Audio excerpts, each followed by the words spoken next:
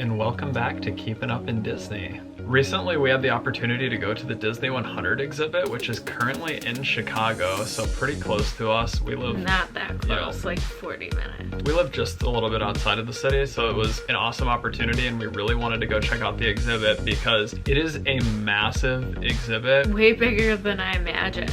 It's a huge exhibit where they're taking stuff out of the Disney Archives that's never left the archives and bringing it around the world for people to see, so we couldn't miss out on that opportunity. It was in New York before, and now it's in Chicago for like 5 or 6 months, and then it's gonna be traveling somewhere else after, and it's even going like international around the whole world. So this exhibit it's a big thing. It's really cool. Walking in, we had VIP, so they gave us a lanyard. To go to the Disney100 exhibit, you do have to go to the website. It's like Disney100exhibit.com. I'll put up some screenshots too, and you do have to get tickets in advance. They're available for purchase on the website, and you do need to reserve a specific date and time. And when you're purchasing your tickets, you have the option to do either the regular tickets or the VIP. And so we did go with the VIP because it comes with a couple little added bonuses that we'll show at the end as well, but I think you get a photo experience, you get a lanyard, and you get a pin, and there's like skip the line included, but when we went there was no line, so that was pointless. I don't know why they would have skipped the line there either. They only allow a certain amount of people in at a time. The regular tickets will run you about $39.90 a person, so like 40 bucks, and then the VIP are $60 a person, $59.90. So I mean, for 20 bucks more, it's not that bad. Yeah, $20 more a person, you get and it's worth it. Yeah, you get the early entry, the lanyard, the pin, and the photos, so it was pretty cool. Seeing all this rare Disney stuff, and you get this for only $20 extra. Yeah, I'll put the screenshot in too, but for the full experience of our VIP tickets and everything after tax, our total was like $138, which I mean, it's a substantial amount, like 70 bucks a person after taxes and fees, but we had an amazing time, and it's really like a once in a lifetime opportunity. I was literally amazed. You'll get to see our full experience here, and I'm so excited for you guys to see it. They say it's supposed to be about an hour-long experience. I think it took me and him... We took about 2 hours because we were making our way through slowly and taking pictures of things, and I mean, we were also recording videos, so... But really just wanted to take it in and make the most of the experience. I was so amazed by the Sleeping Beauty book. It was massive. And the Snow White one that they had there. A couple other random things too. On the website, there are a bunch of FAQs if you have other questions about like the logistics of the experience and how it works. We were actually really surprised too. In Chicago, they had free parking for the experience. Yeah, that was nice. Yeah, and surprising too, it being in Chicago. Yeah, it's hard to find free parking anywhere in the city, and it was actually, the parking was on like the 3rd floor of a Target parking garage, so I think that's kind of how they got it. But it worked out, and it was really nice and convenient. Come join us as we go to the Disney100 experience. We're kind of going to jump in right from when we were at the parking garage at the Target, and then take you through the full experience, and then we will see you here after to kind of give a recap and show some of the merch and stuff that we got. Bippity boppity boo. Some signs posted around, but parking for the exhibition here in Chicago is on the 3rd floor of the Target, and then the exhibition is right there. And here we go. The big sorcerer Mickey over there, and then here we go. So there's like a check-in area, a little welcome sign, and a market before you go enter in. So we just checked in, and we actually did do the VIP, so I'll show this better later. We got a lanyard and a pin and some photos, and then there's like an entryway with some info about Disney100, and then we're about to watch a movie that's gonna start kind of introducing everything.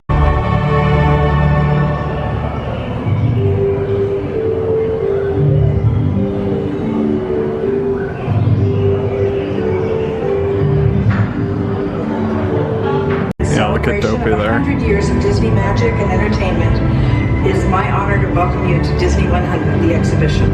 This very special exhibition will travel the world for 5 years in 2 units, one in North America and one in international locations, vehicles, and artwork, as well as our original immersive activities that are sure to please visitors of all ages. We hope you'll enjoy your visit today. Okay, so after that, this curtain opened, and check that out. This is so cool. Wow, this is magical. and that looks so cool. Look at the screen. It's like almost like the Ray hologram effect. The back rooms of a small real estate office in Hollywood, California. This was the small beginning of a family entertainment company that would create unforgettable stories. Characters that become beloved friends, wondrous experiences, and music that has become the soundtrack of our lives. And who delighted in making the impossible possible. Disney100, the exhibition, is a journey through 100 years of Disney magic, presented in huge galleries based on Walt Disney's creative concepts and philosophies.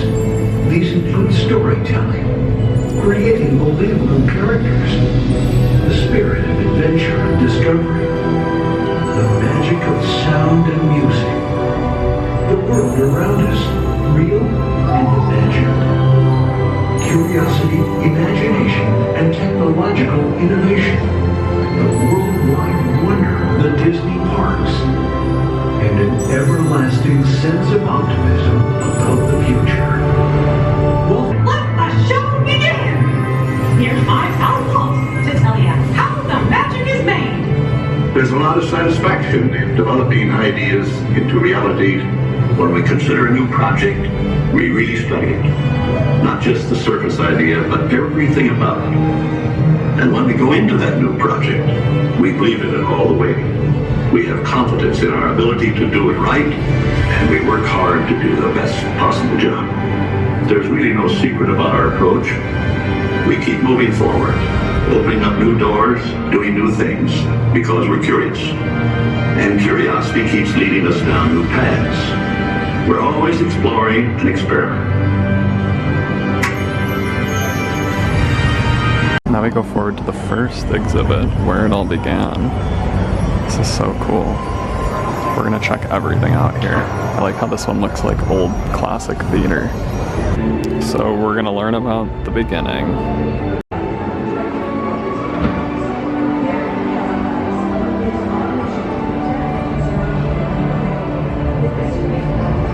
How cool is that, just seeing this stuff from the archives? This is the real stuff.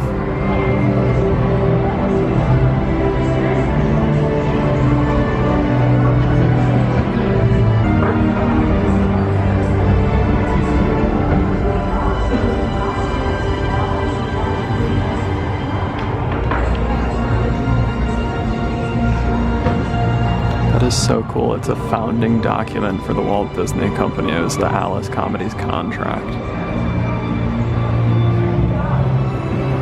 Oh, and look, we got Walt's early years. You can see little Walt Disney here. Little Walter Elias Disney. Yeah, he actually did. He was born on December 5th, so his birthday just passed, and he was born in Chicago, so he did live around this area here.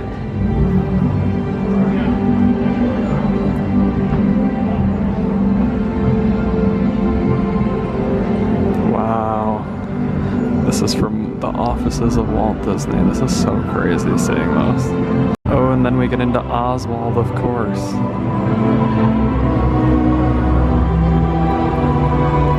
Oswald the Lucky Rabbit. Oh, and they've got some of the Alice comedies playing too. I've never seen these actually. Wow, this is so cool though. It's a concept art from 1928. Stencil set. That's cool. These are so cool. It's just like an extremely old sketch from 1928 of Oswald on paper. Look at these. Like, that's so cool. And then after Oswald and all that, here come Mickey and Minnie.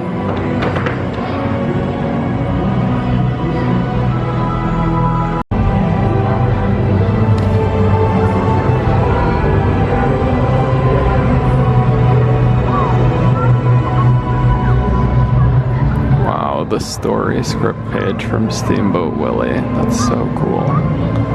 Oh, and below that, look.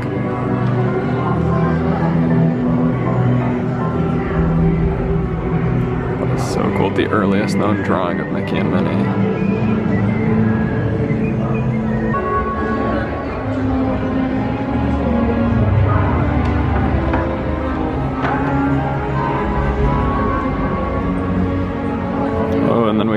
symphony is like the skeleton dance.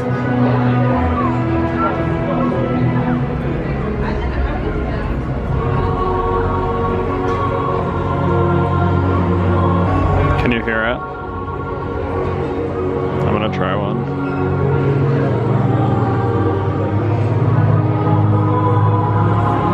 Oh, that's cool, now I hear it. So yeah, now the animation's getting a little more in-depth. And then we get color. I love this one. The 4 C's. Curiosity, confidence, courage, and constancy. And then shows a bunch of movies from his legacy all throughout the years. This is so cool. There are just so many that continue to flash around and all up till the newer years, and you can really just see all the things that Walt Disney started and inspired. It's so cool.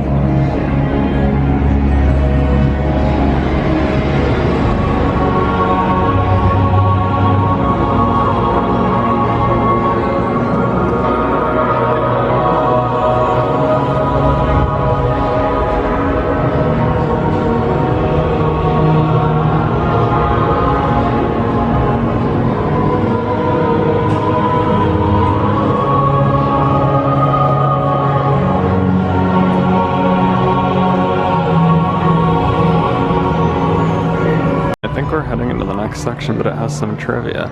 Do they think I wouldn't know this? 1955. And look, yeah, we're going into where do the stories come from, and this section looks so cool.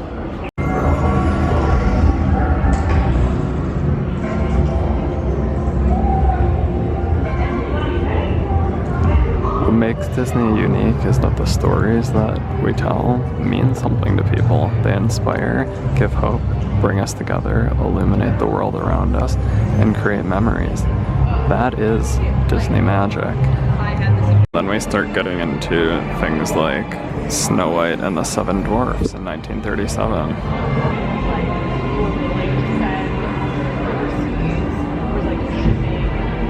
Oh wow. And here we go. The real prop storybook. I've been waiting to see this from 1937. Check that out. Does it have actual pages in it? I wonder what it looks like inside that book. I'm so curious. Wow.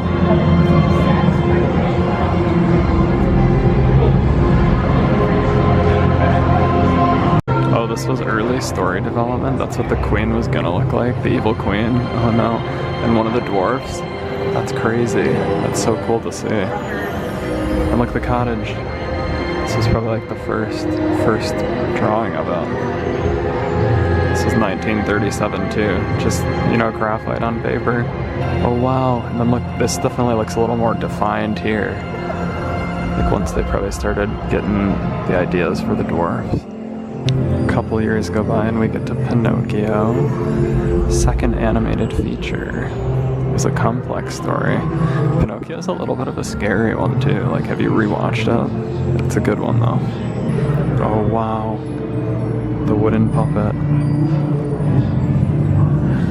So this was the animator's model. That's so cool.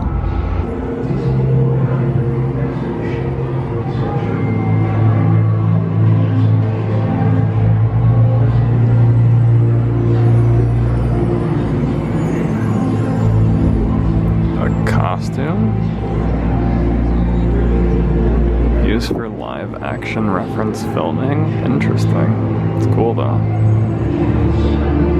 Oh, and then we get to Sleeping Beauty, 1959. What this is? Just a pedestal of some sort.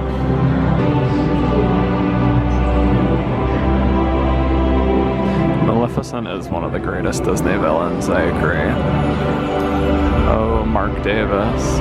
I've watched a lot of the Behind the Attraction, and Mark Davis is involved in a lot of the greatest Imagineering things at Disney, so it's cool that he was, you know, big behind Sleeping Beauty, too. Ooh, there we go, the dragon. That's awesome. And I love the music just playing in this exhibit the whole time. This is insane. So we saw the Snow White one, but the Sleeping Beauty one is like 2 or 3 times the size. This is what I want for Christmas. It is huge. That is crazy. I wish I could open it. Like the gems and the stones are like real and so cool. It is huge.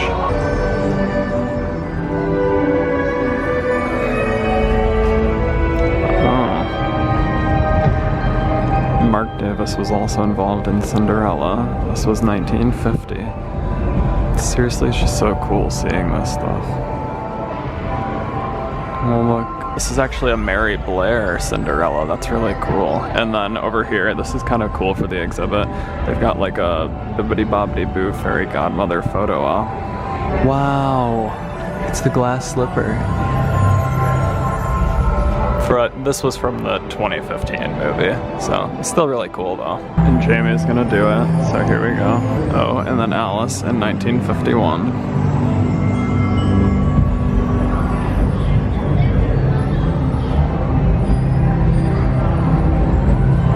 That photo of the development is kind of scary. The bunny is a little scary there.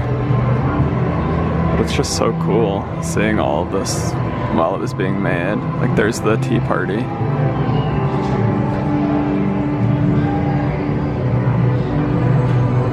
Oh, and then we get to Mary Poppins.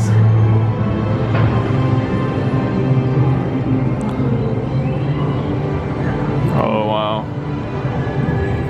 This is a really cool picture. That's colored pencil. Wow, it's really impressive. I love that of Mary and Bert.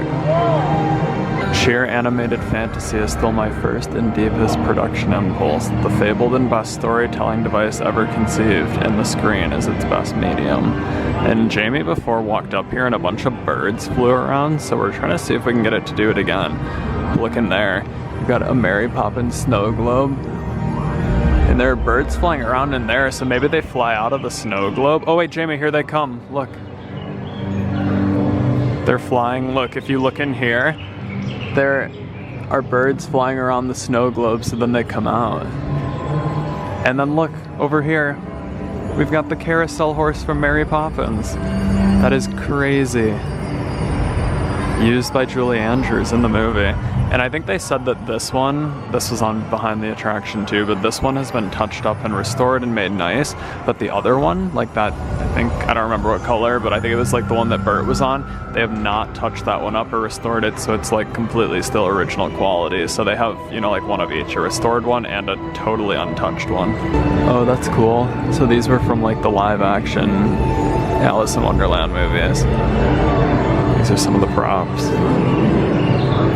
And so that was where we came from the first section, and it led into here, and in the center of this one, there's this huge thing with moving pictures of the movies that keep going around, and then little screens too, where you can learn all about the different movies and more about them.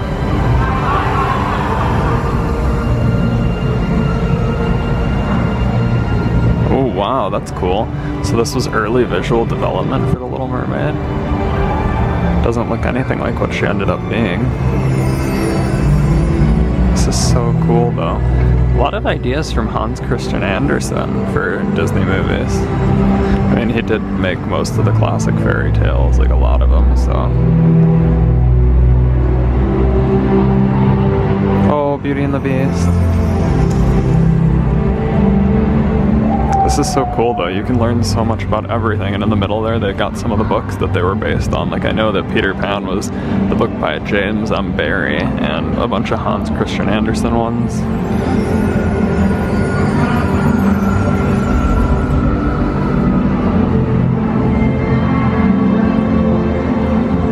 Yeah, definitely a lot of mythology in these stories, a lot of classic fairy tales. See some of the specific examples. Let's go back to, oh, that's the end of the chapter. Okay, but what about like the fairies and fable tales? Fairy tales and fables. Oh, Snow White, of course. Where did that one come from? 19th century fairy tale from the Brothers Grimm. Cool. out all of us. Oh, Winnie the Pooh. This is so cool. Winnie the Pooh art from 1966. That's crazy. And then over here, I knew this was gonna be here. This is the Christopher Robin from that movie in 2018. The Winnie the Pooh, like the live action reference stand-in. That's so cute. We saw that movie in theaters. We liked it. And then over here by Jamie, look who Jamie's with. It's Dopey and a rabbit. Oh, that is so cool. He's just sitting out here to hang out.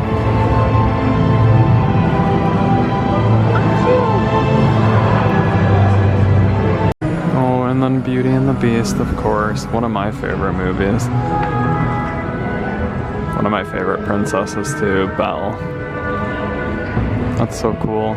Visual development sketch of the Beast. Oh, and look, these are from the 2017 movie, the live action. It's the production models of Lumiere and Cogsworth, wow. Oh, and Princess and the Frog, of course, making me want some beignets right now. Love Frozen. I remember seeing this in theaters and it just blew me away. This was all from the visual development. That's so cool. And oh, Tangled. Love Tangled too.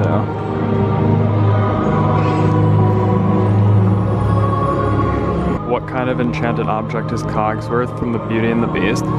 He's a clock. I guess technically I think you'd call it an heirloom clock. A clock. Clock, yeah. Okay, now we're going into the illusion of life. And oh, they got an Incredibles thing here. Look, I wonder how tall I am compared to Mr. Incredible. Should we see how I stack up?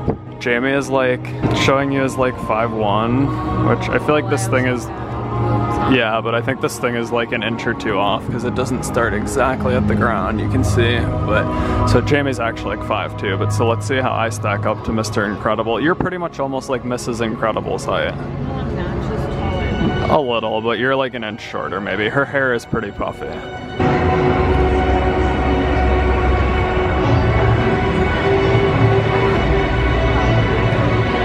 He's taller than you. I know, Mr. Incredible's pretty scary though. He's muscular.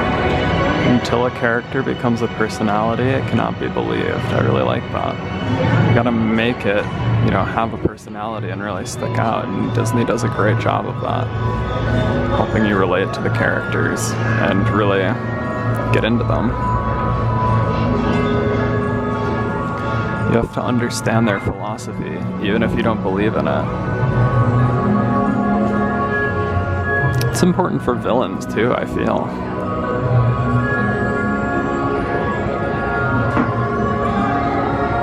Yeah, like how for Snow White, all the dwarfs had a personality. Wow, these are so cool. Animator's Model Shop. These are so cool. Judge Doom, they actually had him at like the Disneyland Halloween party this year as one of the characters you can meet. Just like really random.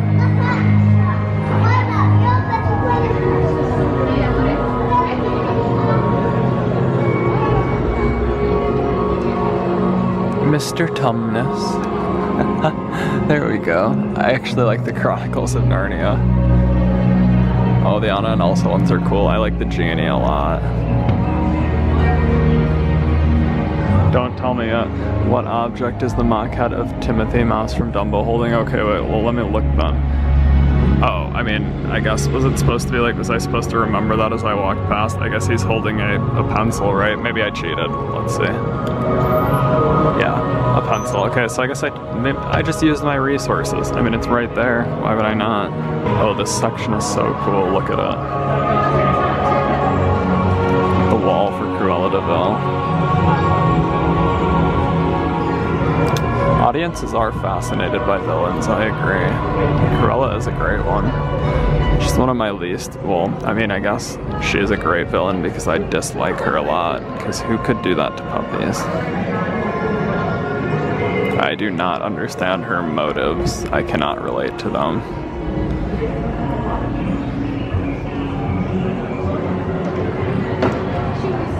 This is so cool though. This is all the visual development. Oh, these were done by Mark Davis too.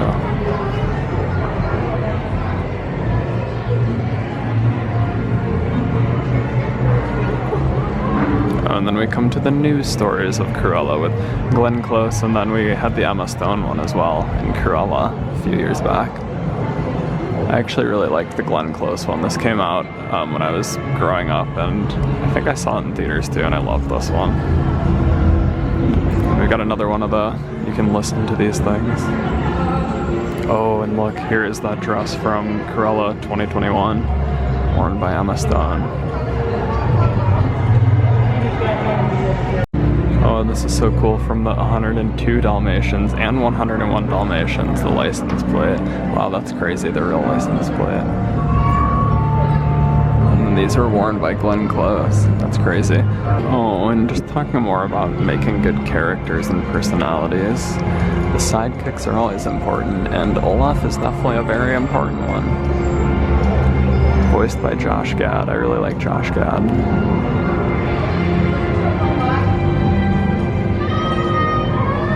Oh wow, this is interesting. It's an Olaf toy puppet from Frozen, the Broadway musical, which I guess is still running. It says 2018 to present.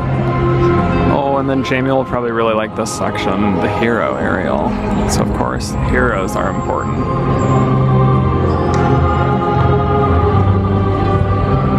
Ariel is capable, courageous, and intelligent.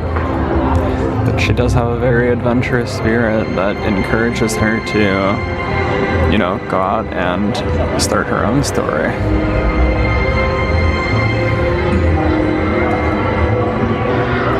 That's so cool, a story sketch.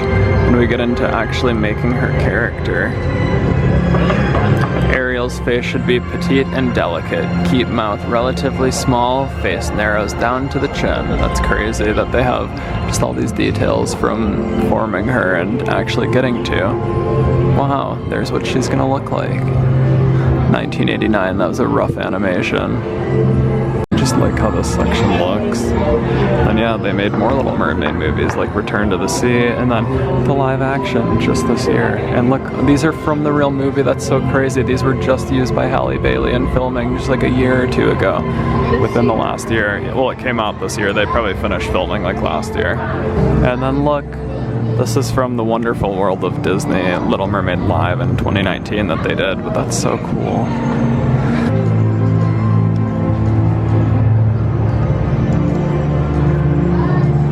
Oh, this is cool.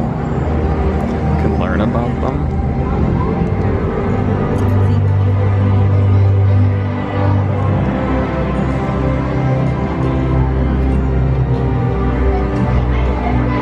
There's so much in here to learn. Think about this. You can go back and go learn about Did You Know Facts design, and then look at all the characters they have this for. So I'm gonna spend some time looking through these. Learning more about Maleficent, Mark Davis was also involved in Princess Aurora Briar Rose, like supervised the full animation. It is so cool, but yeah, these are incredibly interesting. I've really been enjoying just reading through a lot of these. And there are a bunch just around a table, so a bunch of people can step up and do them. They have a Did You Know about the Waiting on a Miracle song, and there are so many theories about this, like, is Mirabel able to stop time or freeze time? Is she have a gift the whole time of being able to control reality? Is this just, you know, an exaggeration of feeling like she's waiting on a miracle and time is not actually stopping around her? I don't know. It doesn't give us much more information here, but I thought it was interesting that it mentioned it, because it also kind of goes into, it's in 3/4 time, which is a characteristic rhythm of a Colombian bambuco. She's out of rhythm with the rest of her family. Oh, this is cool. It's about how the colors make the characters, and you flip the panels. Which one this one is? Don't tell me, because I feel like I know. No, I don't remember. I feel like I should know like all of these, but like Robin Hood. Yep. Okay.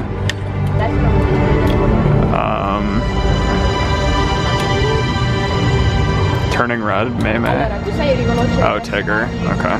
Yeah, these are probably more classic ones. That's Peter Pan. You can tell that one easily. Mickey Mouse is right there. Oh, Mowgli. Oh yeah, Mickey would have yellow. Kind of looks like him though. It's Alice. I could tell that one. That's Bo Peep, I think. I want to say. Oh no, Cinderella too. Really? That could be Bo Peep for sure. I actually don't know. That's a hard one. There's a lot of colors. Tiana. Yeah, a lot of colors going on in that one. I don't know that one either. These ones get really complex. Ralph. Oh, okay. Getting into the spirit of adventure and discovery. Look at this exhibit. All of these look so cool themed and amazing. We're gonna check them all out. Wow. What object is contained inside the bottle? I'm guessing a ship. Yeah, that's pretty classic. Oh, but look at this. We got, ooh, Barbossa's outfit from the 2003 Curse of the Black Pearl. That was the first one of the best ones. Oh, and over here we've got a whole Jungle Cruise section. Look at this. From the movie, this was worn by Emily Blunt. I really liked that movie with Emily Blunt and Dwayne "The Rock" Johnson.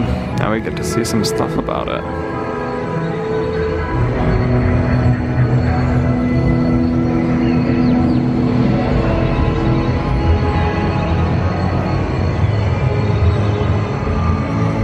So cool. It's a vehicle model.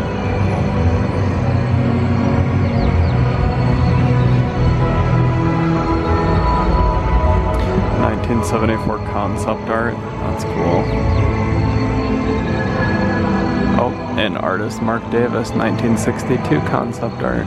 It says you have to line up 3 of the same symbol and it should do something.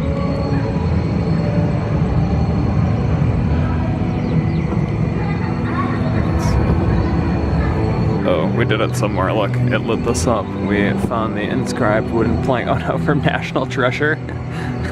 That's funny, actually. Why do they have stuff from National Treasure here? I liked that, though. Oh, and these are more over next to the Pirates of the Caribbean outfit. Just more stories. Check this out. Oh, this was from the On Stranger Tides movie, The Ship in the Bottle, and then this is just a bunch of swashbuckling stories. So we got Moana here, too. Ooh, from visual development stuff. And oh, Lilo and Stitch, a classic.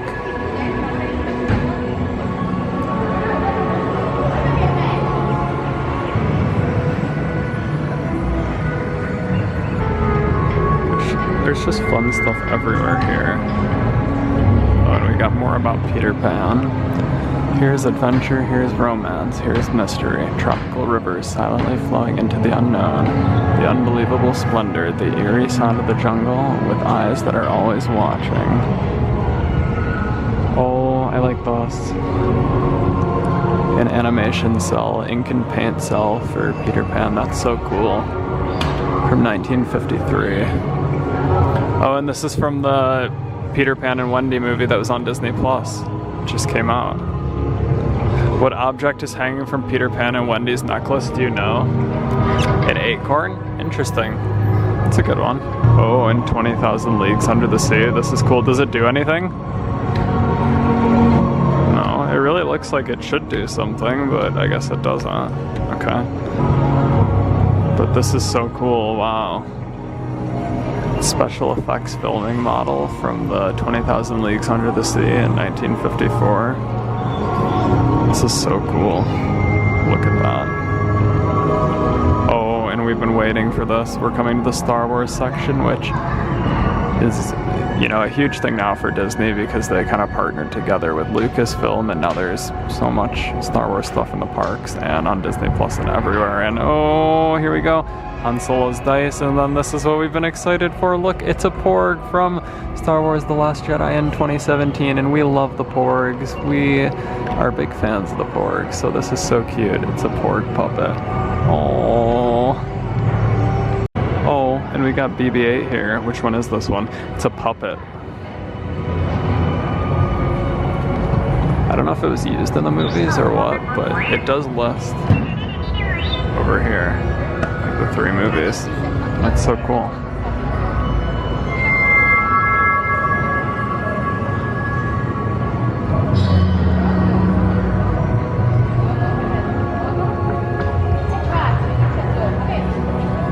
Camera died, so we're phone vlogging now, but Continuing on with this exhibit, we got a stormtrooper outfit. And then we get to some Marvel stuff too. Oh wow, is this the real Black Panther outfit? From 2018. I don't know, but that's so cool. Wow, Thor's helmet from the Eternals. Oh, Star-Lord's mask from Guardians of the Galaxy 2014. These are so cool, actually. Wow. I am so impressed. This is crazy.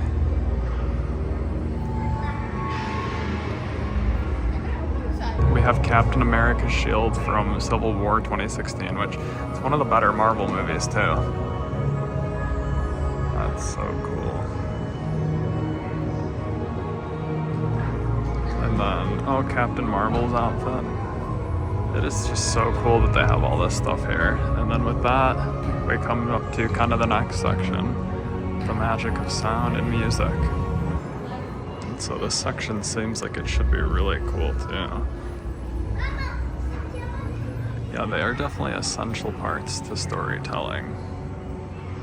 Oh, Alan Menken, he's made some of the greatest music too.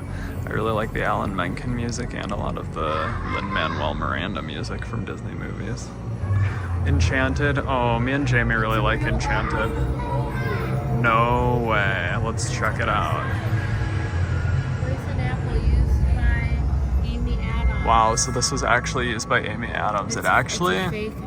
Yeah, I mean, it actually looks like it, like if it was real, it'd be pretty tasty though. It looks like it's a caramel apple that looks kind of scary, but I don't know. Wow, how cool is that? Being able to see this. And Enchanted is a great movie. What symbol is embroidered on Giselle's dress from Enchanted? I don't know if I know this one. Flowers, maybe? I don't know if that's too basic. Yeah, flower, okay. I mean, I saw it right there. Does that seem like too easy of an answer? Wow, look at this. I feel like we've entered a movie theater of Mickey Mouse. Because there he is.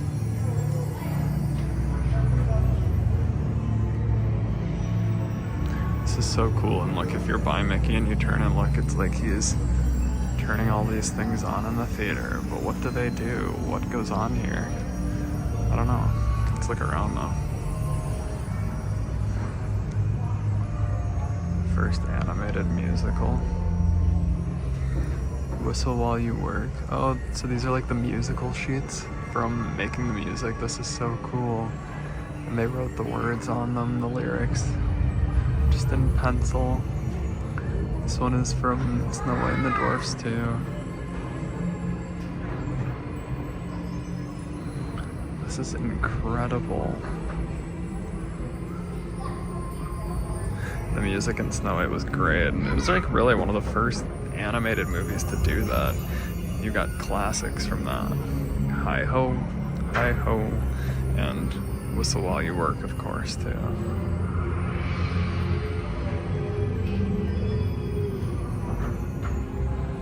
Oh, the Three Caballeros.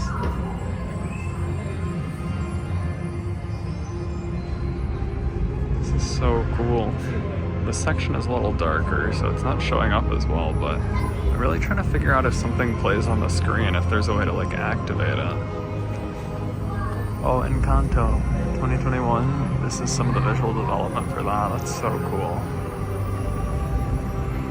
And then you start visualizing music as a character. What would that sound like? I think that's very important in Disney movies.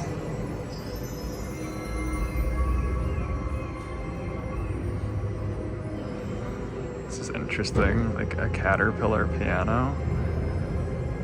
Melody time, that's the Bumble Boogie.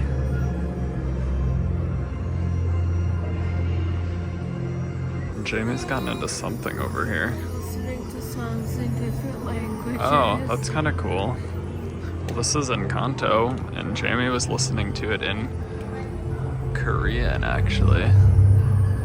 That's really cool. You got this whole area over here. You can listen to different things and see about a bunch of the recordings and sounds. Yeah, I'm a little confused. It feels like there should be something on the projector or the screen, but there's not. It's a mouse guitar. That's so cool. From the Mickey Mouse Club. This was used by Jimmy Dodd. Oh look, you can see it being used on the show there. And we're continuing on with some of the sound stuff, the magic of sound effects.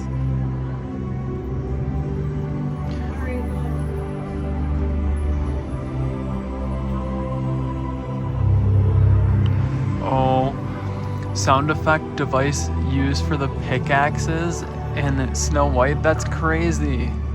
Like, this is how they made the sound effects and everything. These chimes were used for Tinkerbell's movements. Jamie, this is what they used to make the sound of Tinkerbell. That's so crazy. Like, these are the real chimes. You can come in here and listen to all the different things. Oh, wow. You can't hear it really, but that's what they used to make the sounds of flies buzzing. That's so cool. Well, I want to hear the pickaxe, so with the glass bottle. And it's kind of crazy because then you can like almost hear how it would have been a glass bottle. And it's so simple. If you dig with a shovel or a pick in a mine, where a million diamonds. Who would have thunk that soundtrack was made in part by a glass bottle? Oh wow, and this was the whistle they used for Steamboat Willie. This is so crazy. This is the actual whistle that was used to make the sounds of Steamboat Willie. They use the craziest devices for sound effects. Like, it is so creative and fun.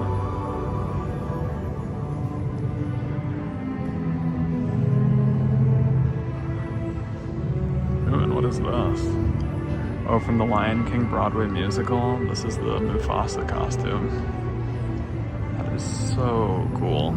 Oh, because we are getting to music on stage. I turned the corner and Jamie said, "You're gonna be amazed, look at this." That's why our music company has published and recorded so many varieties. In fact, everything from symphony to jazz. So there's something to please everyone's tastes. And you can see it right here. Look at all of the different things they've done, all of the different sounds, all the different music. So iconic. Oh, Jamie's finding some of her favorites. She found Hannah Montana, Beauty and the Beast collection, The Kids of the Kingdom. What is that? Donald Duck and his chipmunk friends. I saw that in another section. It is so cute. I want to find that and watch it. Original Chip and Dale. Look at The Kids of the Kingdom, featuring the young singing stars of Disneyland. Why do they not still have that, like a Disney World singing group? Dumbo is so cute. I really like the Chip and Dale chipmunk fun on the train. And then look here, they have these screens where... I like Tubby the tuba. I've never heard it, but he's cool. Oh yeah, there. He's little orange bird in the sunshine tree.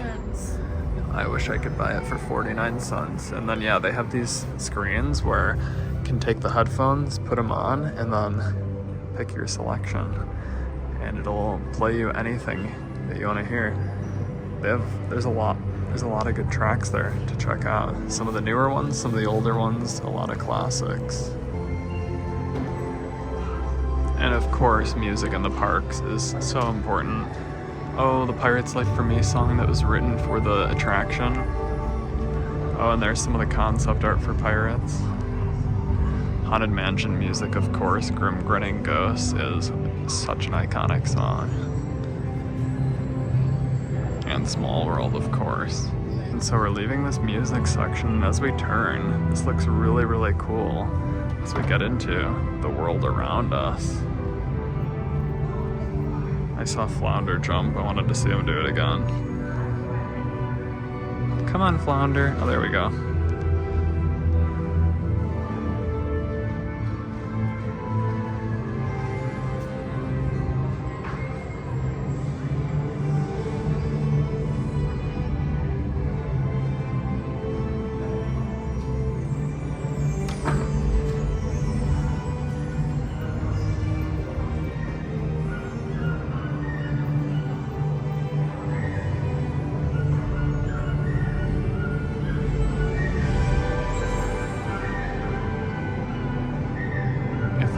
protect our wildlife and preserve our lakes and streams, these things will last us for generations to come.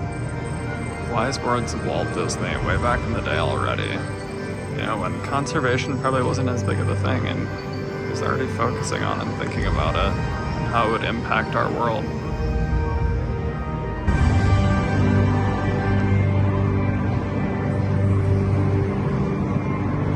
Disney has made a lot of really good, super realistic nature films and other things, and nature documentaries that are definitely worth checking out because they do a great job of it too. I think kind of like Planet Earth type style stuff done by Disney. What animal is featured on the Pocahontas artwork? I'm gonna guess a raccoon because of Miko. Oh, a deer. Okay.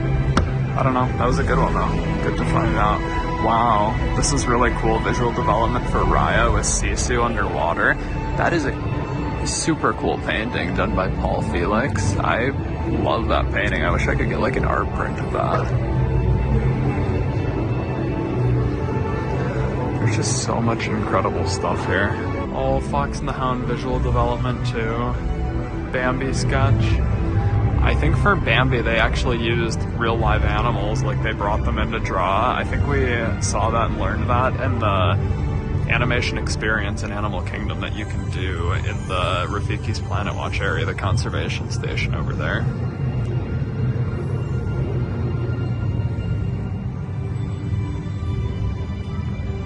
Wow. And of course we've got nature in the park designs.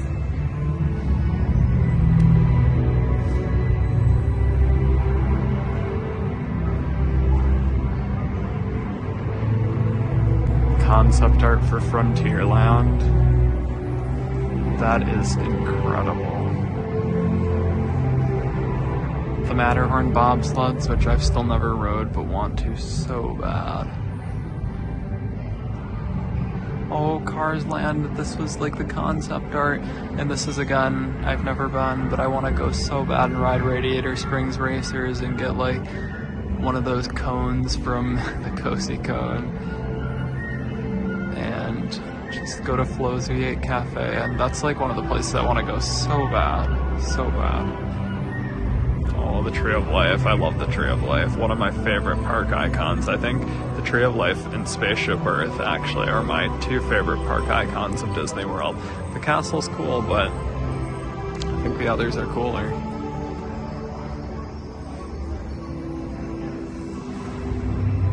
Oh, and Navi River Journey concept art. We do like that ride. I know it gets a little bad rap for being kind of boring after having such a long wait, but it is beautiful. Wow. And concept art for the world of Avatar, which we absolutely love. We've been there several times. Oh, and I'm really excited for this. Innoventions, which are like some innovations, and yeah, you gotta believe in being an innovator. Oh, and they're talking about Marty Sklar here too. There's a lot about him in Behind the Attraction. Ooh, we get to pull back the curtains and a glimpse of the inventions and innovations that Walt has developed. That's so cool. I'm excited. A bit about what storyboarding is. So this was storyboard panels from In the Bag. So cool to see everything in the process.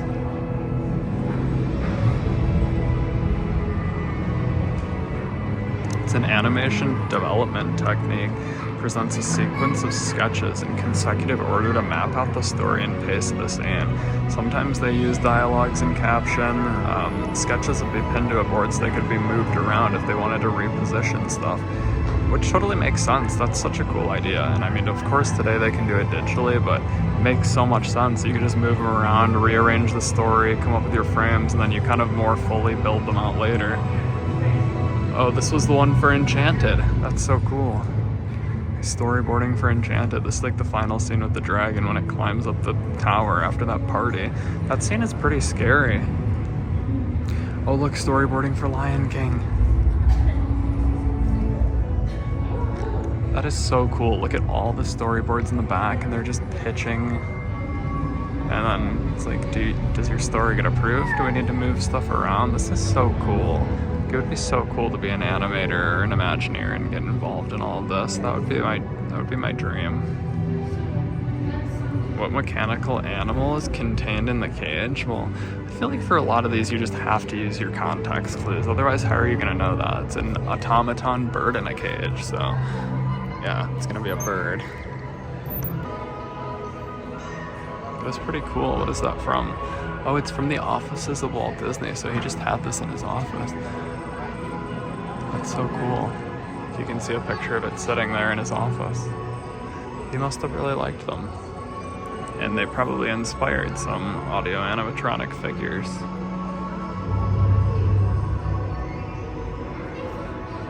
I love animatronics, and I love learning more about them and the creation of them and everything. Oh, and here we go. We get to see more of it. Starting to create little animatronics. Oh, this is one of the ones from Great Moments with Mr. Lincoln.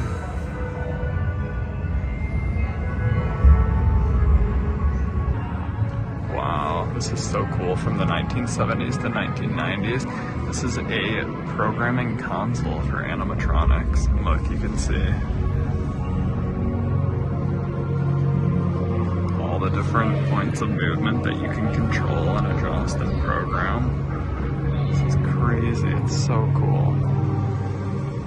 Oh, and they've got even more here showing, this looks like a more updated one, so this is from 2018. And you can see all the different things that are going into controlling that animatronic. And then look, over here we've got a moving, it's an animatronic hand from Pirates of the Caribbean. So all the different movement, look at everything that goes into these animatronics, all the inner workings. The screws twisting to lift the movement up and down. Oh, look at that range of motion and all the robotics. Just the programming that goes into them and the intricacy of every animatronic is crazy.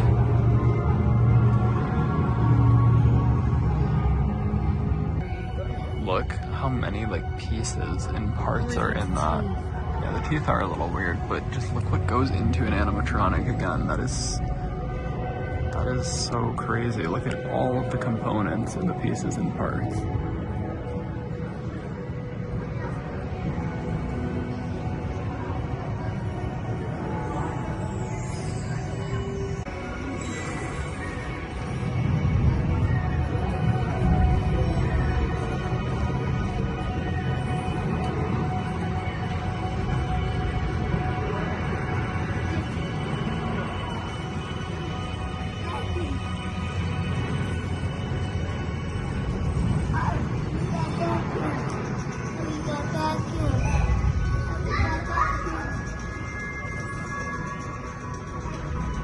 This table is so cool.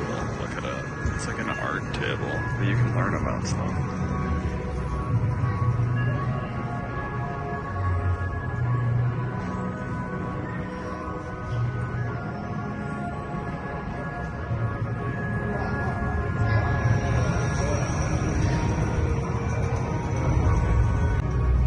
Oh wow, the Pixar image computer. You can get the whole Pixar story. Doubt it dives into the Pixar theory. I can talk more about that sometime. What if it did though? What if somewhere they just... It'd be cool if it did though. What if it dropped a hint? And look at that, the Pixar box. This is their Pixar image computer. That is crazy, from 1988. This is probably what they were making their first animations on. Look at this dinosaur.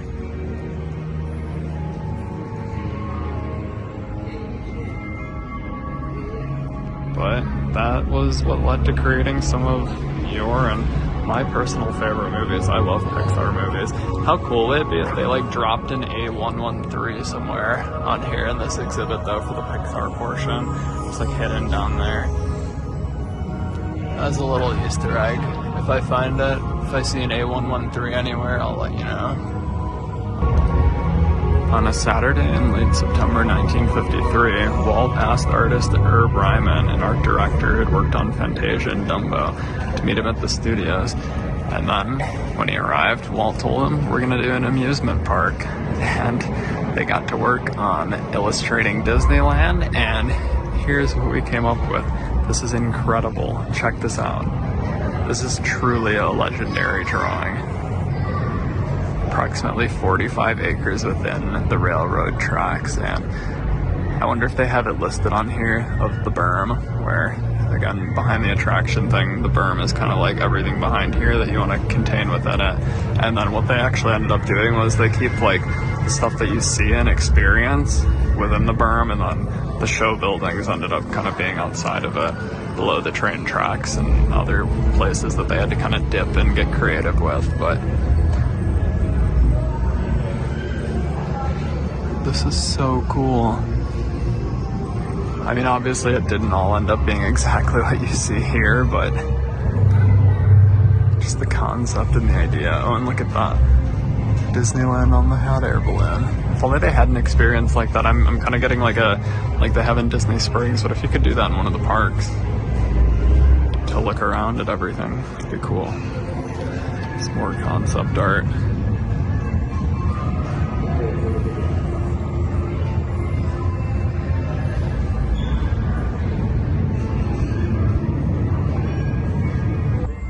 This rocket moves with you, so you stand here, and then you can't really tell, but when I'm moving, he moves with me. He like leans left and right. It's kind of cool. So it's like motion capture technology.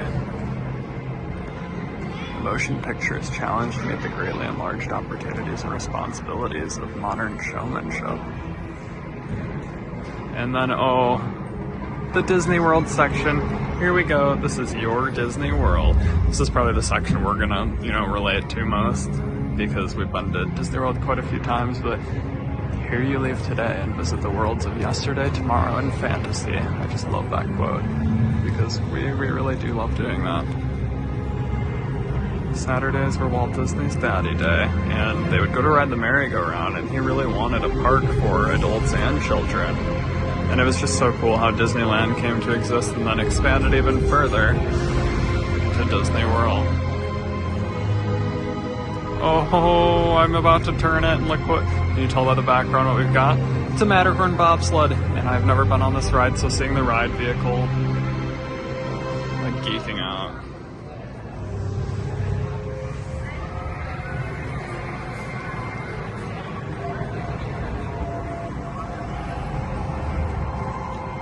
So cool.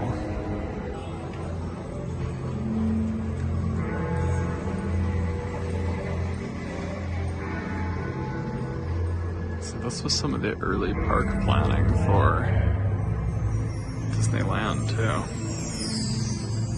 Look, a Disneyland guidebook from 1955. That is so cool. I wish I could have a copy of that. Employee badge number 1. Issued to Walt Disney. Oh, that was Walt's badge right there. Parking pass. This is so cool. I wish I could get one of those old admission coupon books, because I think they'd still honor them. I think they'd still honor an admission ticket if it was valid.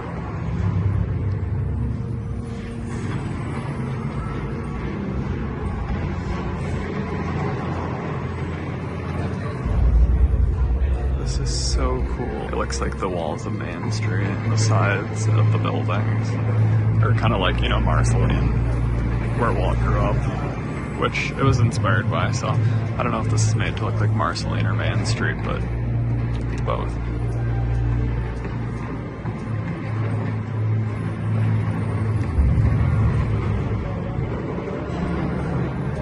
This is a rendering of the Disneyland park. Wow.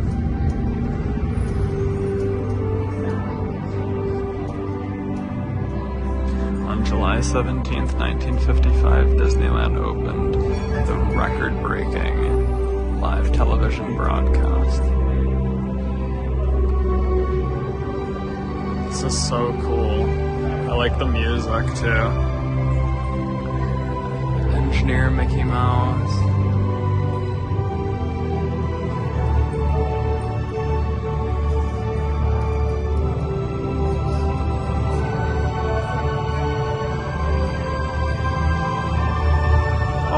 They have an animatronic from Small World.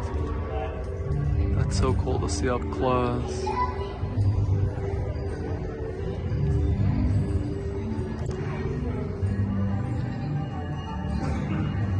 Look at Jamie sitting in a teacup. You want to go for a ride on the teacups? Yeah. Just going for a ride on the teacups. Oh, and this is a red demon figure from Mr. Toad's Wild Ride, which we've never been on either. Because I did not ride it before it closed in Magic Kingdom, and I've never been on the one at Disneyland either. Oh, we've got another one of these table things here too. Similar to the other one where you learned about the characters, but oh, it has all of the Disney parks. This is amazing.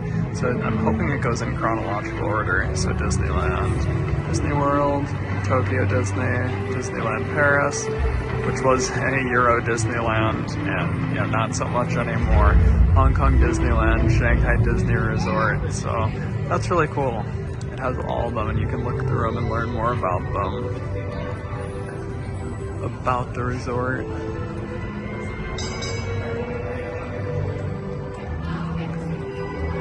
Learn more about, oh, specifically Disneyland and Disney California Adventure. So I wonder if the one for Tokyo has Disney Tokyo Sea.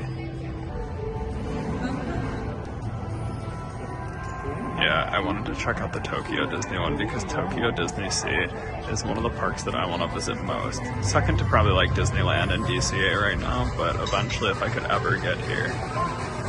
Tokyo Disney Sea looks like it's just incredible, like different than any other Disney park. Just the theming is next level. I wonder if they have the mermaid area. Yep. That's what me and Jamie want to go to see so bad. And I want to ride Voyage to the Center of the Earth. Oh, and so after Magic Kingdom opens, we come into Epcot, Experimental Prototype Community of Tomorrow. I do love Epcot. We stand here for the sweet spot. What's the sweet spot? I don't know, but we got a Peter Pan ride vehicle here. That's so cool. Peter Pan's flight ride vehicle. We've ridden on that ride several times, but the Disney World version is this. Yeah, this is the one from Disneyland. That's awesome. I checked the card. Oh, and then also in this section we've got a Cinderella Castle model. This is so cool, and there were just some fireworks going off behind it. I think every once in a while a fireworks show goes off. But this section is just so magical. Like if we turn around and look, we've got ride vehicles, teacups, the bobsleds, everything about learning about the parks.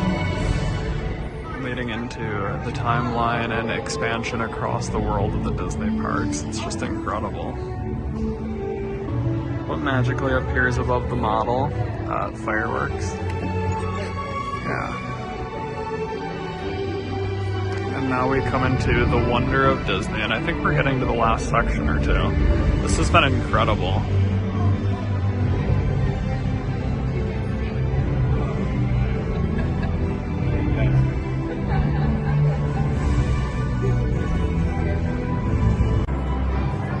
'60s and '70s, we get into the era of the parks, and you can start to see some characters there.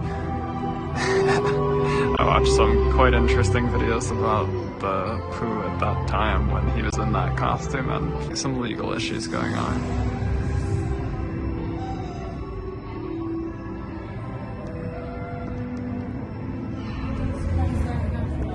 Whoa, and Jamie came into the 2000s through 2020s. That is so cool. Take Care of My Locker, used by Zac Efron. Stuff from High School Musical. Oh, that's really cool. Stuff from Lost. How interesting. The Dharma Initiative. I kind of remember that from watching that show. Oh, this is so cute. The Art of Disney Friendship. Ohana means family, and some people are worth melting for. We got the 50s and 60s when Disneyland did open, so, oh look, the monorail travel bag, that's so cool, from 1959, and that was probably like, you know, the monorail was the first one in Disneyland, so that's really cool, like the first monorail merch, probably.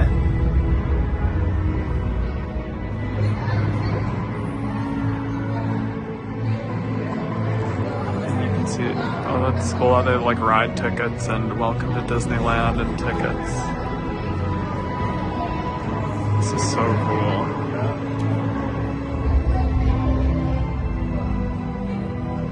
And then right across from this, they randomly just have a giant Encanto photo op, which is pretty cool though. It is a cool photo op. The 80s and 90s, a very nostalgic period of time. Oh, look at that, the spell book from Hocus Pocus, used by Bette Midler. Items from Home Improvement, and oh, the Disney Afternoon, the cartoons, Tailspin, Plain Crazy, the Disney catalog, Epcot opened. I just love the colors of this period. Look at all the colors, they're so retro 90s, it's like Pop Century vibes. I love it. And this was when those signs at Disney World were made, like the directional ones that are all those cool colors that are now being changed into the boring blue ones. And I'm gonna miss the retro colors that are very reminiscent of the 90s. Oh yeah, the All-Star Resorts, that's so cool. The All-Star Resorts are like so 90s. Oh, and Jamie spotted Lizzie McGuire playing as part of this is the 2000s to 2020s. And then we're coming up to our last section here. We're just getting started. Oh, look, and it's us. Yeah. This is so cool. It's like we're walking through movies. The visuals of this exhibit are really cool. It's like a museum with awesome visuals. I mean, very much in Disney fashion. I'd want it to be a little creative and exciting for an exhibit.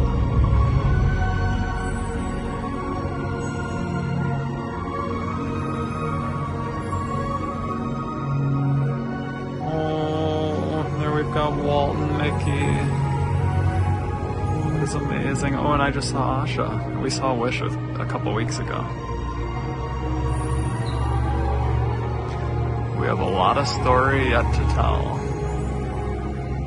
I love that.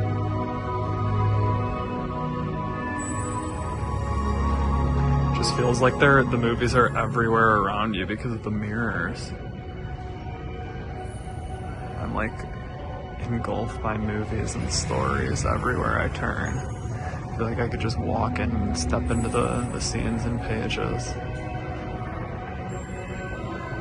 And this is the last room, so we're saying goodbye to this Walt and Mickey statue and all the amazing music. But yeah, we're just getting started. There's still a lot of stories to tell, and this was a fantastic exhibit for the Disney 100, so I just want to say a word of thanks to everybody that helped make this dream come true. It's an amazing Walt Disney quote.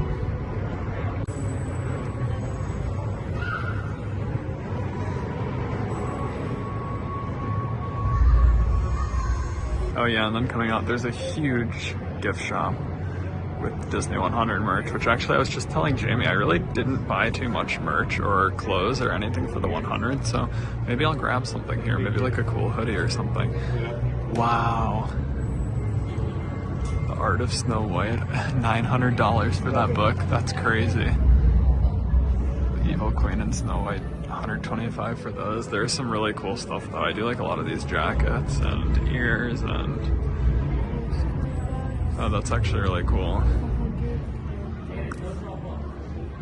There's so much merch here, look at this. So yeah, we're gonna look around at the merch a bit and see what we can find. There are a lot of very expensive items here, like books that are like $500 or more. Like the Bambi sketchbook, it says it's $800. Is it like an original sketchbook or like, why is it $800? I don't fully get some of these items here, but there's a lot of nice stuff, a lot of cool stuff. Oh, but after the gift store too, they do have some sort of drawing section where you can sit down and do some drawings over a lit up table. Doesn't look like Jamie's got one of the lit up tables though. Oh, but she's doing an aerial picture. Where did you get the picture from to draw? Oh, I might go get one in a second too. I kind of want to do one. But yeah, you can see some of the tables are lit up to help you trace or whatever, but it's really fun. I'm gonna go get a drawing and do one too.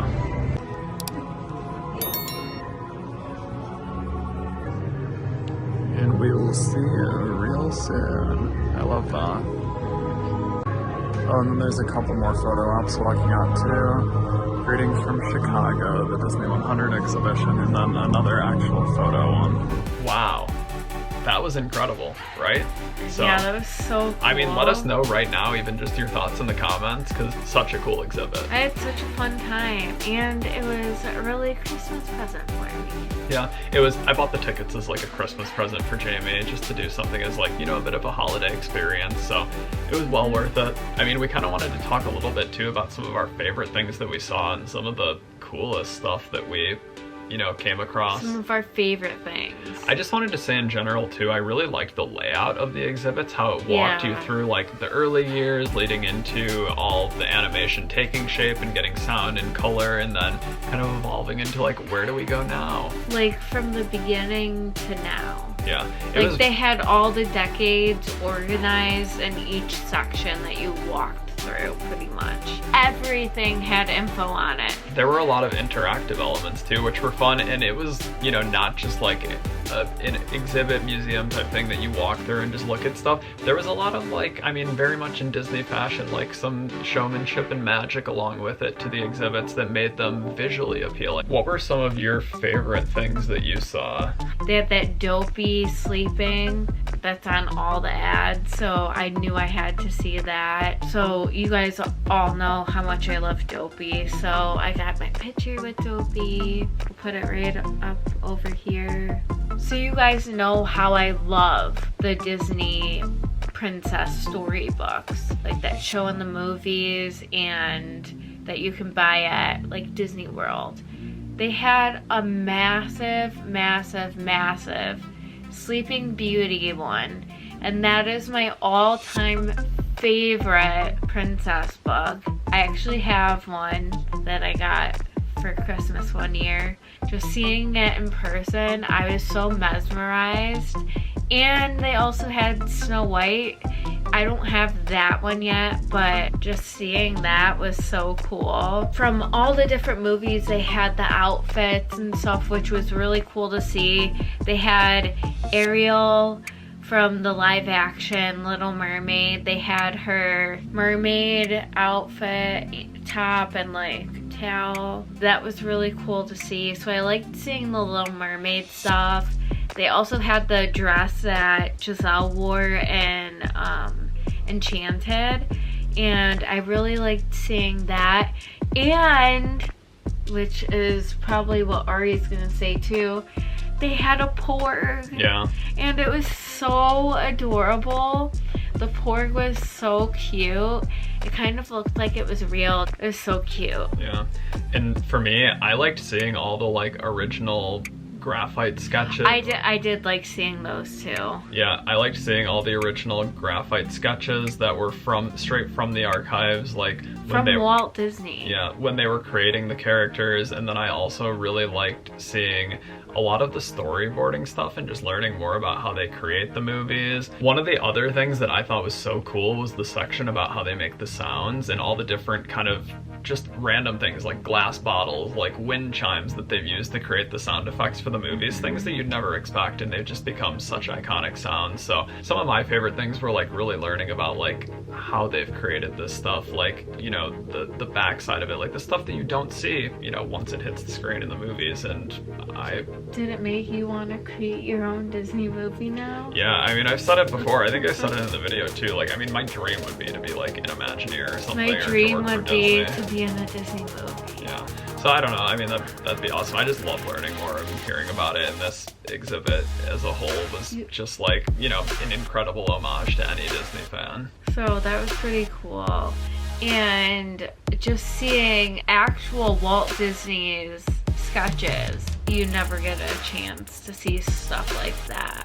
And I love the whole park section. I just especially really liked seeing... the parks were so cool. They showed all of the parks. Yeah, I especially really liked seeing the Matterhorn ride vehicle because I've never been on the Matterhorn and I really want to go on it. Yeah, so I want to go on it, and it was cool seeing the ride vehicle. I wish I could have like hopped in it and gone for a ride. I don't really know what the Matterhorn is, but to me, I'm thinking it's like Big Thunder Mountain. It's like outdoor like bobsled Space Mountain. That's a very, yeah, very I don't rough think I would like comparison. that. Okay, I'm never going on the bobsled. Please don't please don't judge me for categorizing Matterhorn like that, because I know it is, you know, its own unique That's his ride, way of but explaining it to me, in basically. terms of thrill rides that Jamie would enjoy. Because I don't like scary rides, and I still scream. I've been on Space Mountain so many times, I still scream my lungs out. Really quick too, last thing we wanted to show was just some of the merch that we got, and show some of the things that were included in that VIP experience. So really quick run through them. First off, Ari's sweatshirt that I tried pointing out before, if you didn't notice. Turn around. I've been wearing this, and I actually did buy this there. So it's got, you know, some of the art for the Disney 100 exhibit, and it's really nice. I loved this. I thought it was awesome, so I wanted to buy it to commemorate the experience. And then I also got a poster. They had these posters at the end, and you can kind of see which one I got there. It's the Walt and Mickey one standing there, and it says, "We are just getting started." So it's a really nice poster. I wanted to get that. So one of the exciting parts of having the VIP was getting this VIP lanyard, and it shows for the 100 years exhibit, and with the collectible pin. It's a really nice, just like silver Mickey pin. I personally don't think I'll take mine off of my lanyard because they look good together. It's cool Yeah. how it came. I wasn't expecting this either. I had no idea they were going to give us this. So another part of the VIP experience was getting some photos too. And they do take photos for everyone that walks in, but if you don't have the VIP, you have to pay for them individually. So we got 2 photos for free, and they took the picture, and then they kind of did like a green screen where they put backgrounds behind you, and we got to pick which backgrounds we wanted. So here are the photos that we went with. So that one's really cool. This one's Frozen. Yeah, and it has the Disney 100 up in the corner. And here's the other that we went with. We thought this was so cool. They put us on Main Street, but you don't got all the people in the background, so it's kind of fun. Yeah. I mean, overall, did you enjoy the Disney 100 experience? 100%. 100%, yeah, for the Disney 100. Brought some Disney to my life. It was just such a once-in-a-lifetime experience being able to see the stuff from the archives. You never get the chance to see that type of stuff. We would absolutely recommend it. Like, if it's going to be in a city near you, you've got to go. Don't miss the opportunity. It may be the only time some of this stuff leaves the archives, and really is one of the only chances to see it. So, I mean, the ticket prices are really not bad, and it's worth what you're seeing. Yeah, and when you consider like prices of other exhibits or museums, like it's really average pricing, and especially or Disney like World. Yeah, and for the VIP experience too, if like you're a big Disney fan and want some of those extra perks, $20 extra per even person. if you're not. Yeah, not bad. We would absolutely recommend it. Definitely go check it out. And if you did enjoy getting to come along with us for the Disney 100 experience, seeing the exhibit, we would appreciate it so much if you could give this video a thumbs up and consider subscribing to the channel to catch all of our other videos when we post them. And don't forget to ring the bell to get notifications every single time we upload a new video. Yeah. Which we have a lot coming for you guys. If you do have any other questions about the Disney 100 exhibit that we didn't answer in this video, feel free to throw them in the comments. Let us know what you thought, and we will, respond and answer any of the questions that we can. We hope you enjoyed getting to join us, and as always, thanks for keeping up on Disney. And we'll see you real soon. Bye.